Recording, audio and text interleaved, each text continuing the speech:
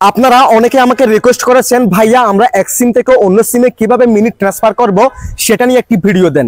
তারই পরিপ্রেক্ষিতে আজকের এই ভিডিওটি বানানো হয়েছে।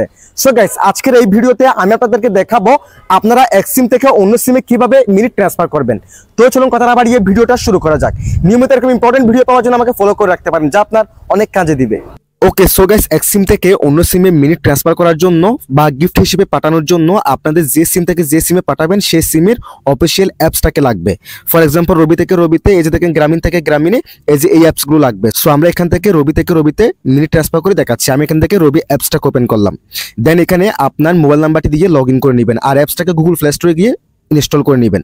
এরপর একটা স্ক্রল করবেন, স্ক্রল করার পর এদিকে একটু সুইফট করবেন। সুইফট করার পর এখান থেকে গিফট এই অপশনে ক্লিক করে দিবেন। দেন এখান থেকে গিফট করুন এই অপশনে ক্লিক করবেন।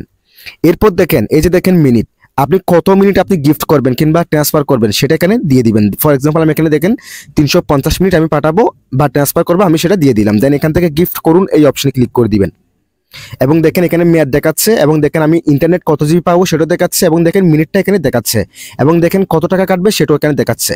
তারপর দেখেন একটি বৈধ রবি নাম্বার লিখুন, এই অপশনে ক্লিক করবেন। দেন এখানে আপনি যে নাম্বারে মিনিট পাঠাবেন সেই নাম্বারটি এই জায়গায় দিয়ে দিবেন, ঠিক আছে। দেন এখানে গিফট হিসেবে পাঠান এই অপশনে ক্লিক করে দিবেন, তাহলে ওই নাম্বারে মিনিটটি ট্রান্সফার হয়ে যাবে কিংবা গিফট হিসেবে চলে যাবে।